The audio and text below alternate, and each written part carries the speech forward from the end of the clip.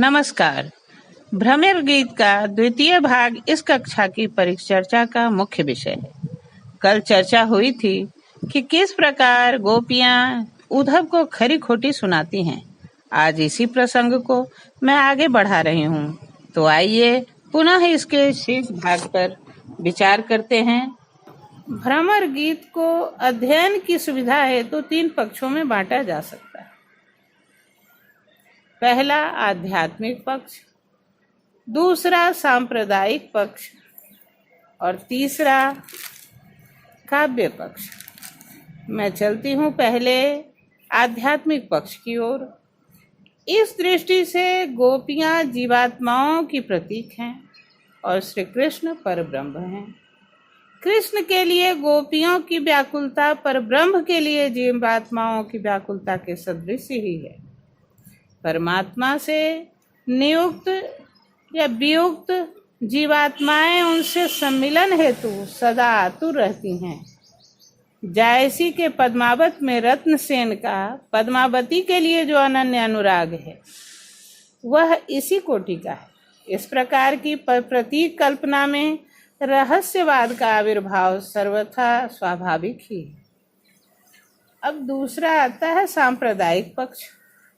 सगुण मतवादों के प्रवर्तन के पूर्व निर्गुण मतवादों का बोलबाला था, जो ज्ञान की गरिमा का संगायन कर रहे थे।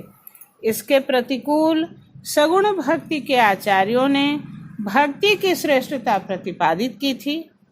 वल्लभाचार्य ने ज्ञान और भक्ति में वही अंतर बतलाया है जो सरसों और सुमेरु पर्वत में। इस प्रकार ज्ञान भक्ति दोनों में संघर्ष की भावना विद्यमान थी। दोनों एक दूसरे की निंदा करके अपने को श्रेष्ठ सिद्ध करने हेतु प्रयत्नशील रहा करते थे। सगुण भक्ति मार्ग का अनुयायी होने के कारण सूर को भी सगुण भक्ति का महत्व दिखलाना पड़ा। भ्रमर गीत में गोपियां जो उद्धव का अनेक प्रकार से मखौल उड़ाती हैं, वह वस्तुतः भक्ति द्वारा ज्ञान का उपहास ही किया जाना है। भ्रमर गीत का सर्वाधिक महत्वपूर्ण उसका काव्य पक्ष है। तो चलिए काव्य पक्ष को भी देखते हैं। आचार्य शुक्ल इस संबंध में कहते हैं कि श्रृंगार रस का ऐसा सुंदर उपालंब काव्य दूसरा नहीं है। वस्तुतः विश्व साहित्य में भी मिलना असंभव है। भ्रमर गीत के पदों में प्रत्येक विरह विकल हृदय अपने अंतर की प्रतिध्वनि सुनता है और समझता भी है। जैसे भ्रमर गीत उसकी अपनी ही भावनाओं का भी व्यंजन है। यही पक्ष भ्रमर गीत को देश और काल की सीमा से ऊपर उठाकर शाश्वत तथा सार्वभौम रूप प्रदान करता है। कृष्ण के वियोग में गोपियों की यह दशा बड़ी ही दयनीय हो गई है। इस स्थिति में राधा की मनोदशा का क्या कहना। देखिए सूर मीमांसा में डॉक्टर ब्रजेश्वर वर्मा की उक्ति कि गोपियों में सबसे अधिक करुण दशा निस्संदेह राधा की है, परंतु वह इतनी करुण है कि उसका स्वर भी हमें सुनाई नहीं देता। कभी कभी उसका मलिन दीन वेश दिखाई जरूर दे देता है। कहा भी तो गया है, अति मलिन वृषभानु कुमारी, हरि श्रम जल भींजो उर अंचल, तेहि लालचन धुआवती सारी। हरि श्रम जल भींजो उर अंचल, तेहि लालचन धुआवती सारी। उद्धव राधा की करुण मूर्ति देखकर बहुत अधिक प्रभावित होते हैं। सुर निर्णय में परीख और मीतल इस संबंध में लिखते हैं कि उद्धव गोपियों को समझाने आए थे, किंतु उनकी दशा को देखकर वे इतना प्रभावित हुए कि वापस पहुंचने पर वे स्वयं कृष्ण से ब्रज जाने का आग्रह करने लगे। उपर्युक्त उदाहरण से गोपियों की विरह दशा की पराकाष्ठा का अनुमान किया जा सकता है। डॉक्टर मुंशीराम शर्मा ने अपनी पुस्तक भारतीय साधना और सुर साहित्य में इसी की पुष्टि की है। बाट जोहते जोहते और गगन के तारे गिनते गिनते सारी रात्रि व्यतीत हो जाती है, पर श्री कृष्ण नहीं आते। नायक कृष्ण के लिए यह एक खेल है, पर गोपियों के लिए, भक्तों के लिए यह एकमात्र रुदन का कारण है। विरह की स्थिति में सुनापन तो और अधिक काटने दौड़ता है। राधा जब अपने शयनागार में जाती हैं तो मात्र अश्रु ही टपक टपक कर, चू चू कर उसकी बाह्य एवं आंतरिक नीरवता को भंग करते हैं। राधा का अतिशय विलाप देखिए ना इन पंक्तियों में। इन नैनन के नीर सखीरी, सेज बन्यो धरनाऊ, चाहत हों कि या परी चढ़ी के, श्याम मिलन को जाऊं। गोपियों ने तो कृष्ण के चरणों में ही अपना सर्वस्व समर्पित कर दिया, इसीलिए उन्हें अन्यत्र ठौर कहाँ है। मेरे मन अनत कहाँ सुख पावे, जैसे उड़ी जहाज को पंछी, फिर जहाज पे आवे। मेरे मन अनत कहाँ सुख पावे। सचमुच गोपियों की स्थिति बड़ी विचित्र हो गई। डॉक्टर शर्मा की अवधारणा है, कहाँ कोकिल का कलित कुंजन और कहाँ भस्म का मलना। दोनों दशाओं में कितना वैपरीत्य है। कहाँ कृष्ण की लीला और कहाँ मुक्ति, कहाँ मुरली का मनोहर मधुर स्वर और कहाँ निर्वाण का शून्य निवात वायुमंडल। गोपियों को योग पसंद नहीं, मन भी तो 10-20 नहीं कि लाया जा सके। जो एक था सो तो कृष्ण के साथ चला गया। वह कह उठती हैं, उद्धव तुम्हें योग अच्छा लगता है, हमें भक्ति अच्छी लगती है।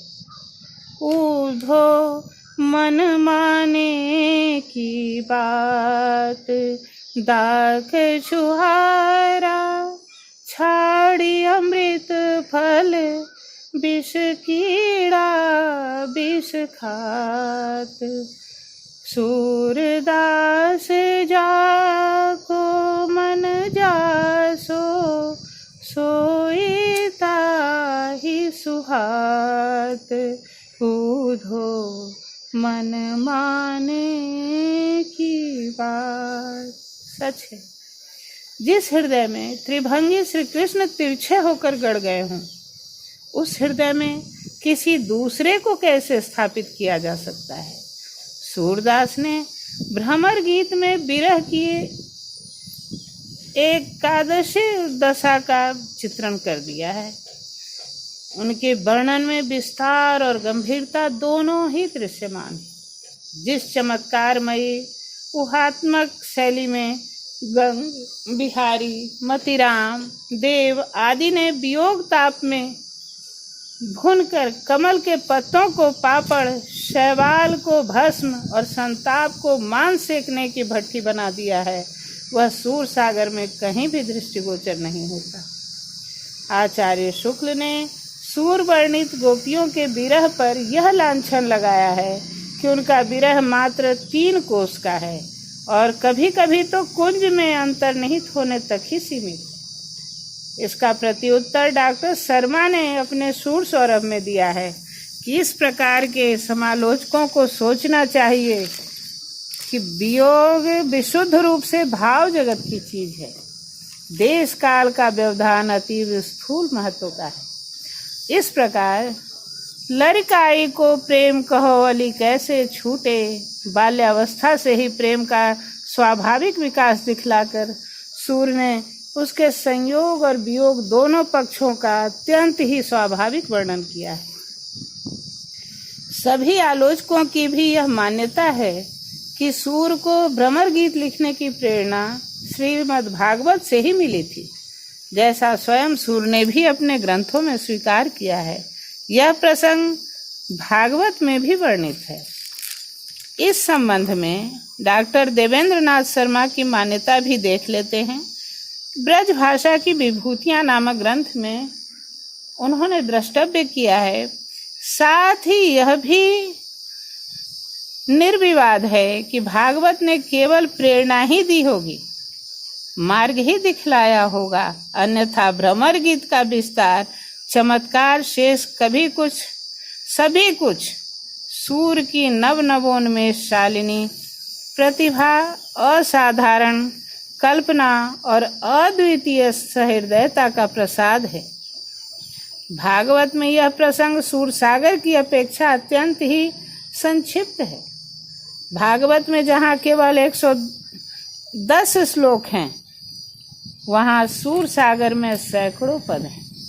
पुनः भागवत में भक्ति से ज्ञान की ही महिमा बड़ी दर्शाई गई है, पर भ्रमर गीत में ठीक इसके प्रतिकूल की स्थिति है। श्रीमद् भागवत में गोपियाँ उद्धव से अपनी वेदना पहले ही सुना देती हैं और उद्धव से निर्गुण का उपदेश सुनकर शांत और संतुष्ट हो जाती हैं, पर सूरसागर में उन्हें चैन कहाँ। नंददास ने भी अपने भंवर गीत में सूर का ही आदर्श ग्रहण किया है।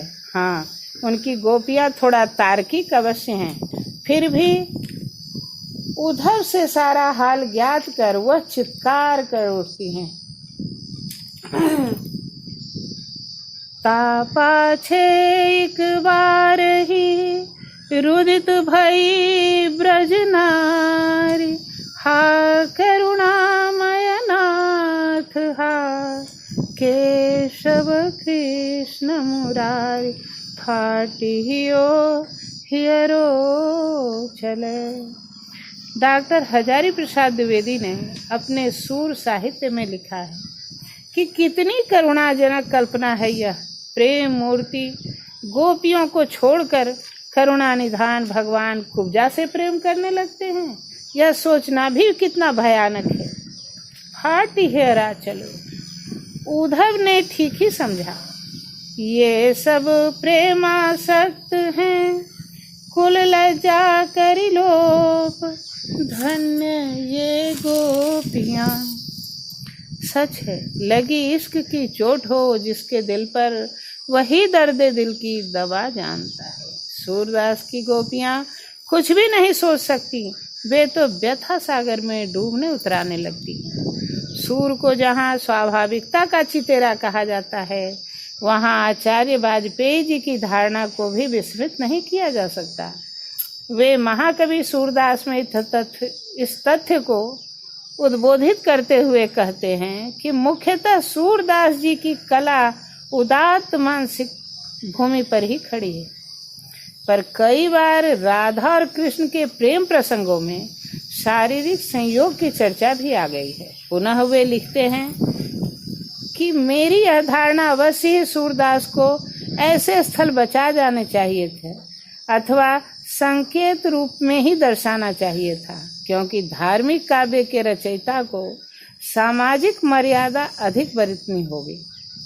एक आलोचक ने भ्रमर गीत को इतनी रचना होने के कारण की ओर संकेत करते हुए सूरदास की कला पटुता तथा इसमें वर्णित विषय दोनों को महत्वपूर्ण बतलाया है। इस प्रकार भ्रमर गीत सूर साहित्य का प्राण है। यह सागर की उत्कृष्टतम रत्न राशि है। जिस प्रसंग को लेकर सूर सागर की संरचना हुई है, उसकी मार्मिकता और सरसता का अनुमान इसी तथ्य से लगाया जा सकता है कि उस पर कविता लिखने वालों की परंपरा से प्रतिष्ठित हो जाती है। इसमें नंददास, हित वृंदावन दास, रत्नाकर, सत्यनारायण, कविरत्न, हरिऔध आदि सूर के अतिरिक्त कवि आ जाते हैं। सचमुच परिणाम और कला दोनों ही दृष्टि से सूर का यह भ्रमर गीत सर्वश्रेष्ठ है। अंत में मैं आपसे यह आग्रह करना चाहूँगी कि आप इसी प्रकार साथ बने रहें, जिसमें मैं ऊर्जावान होकर अन्य विषयों पर आपके साथ अपने विचार साझा कर सकूं।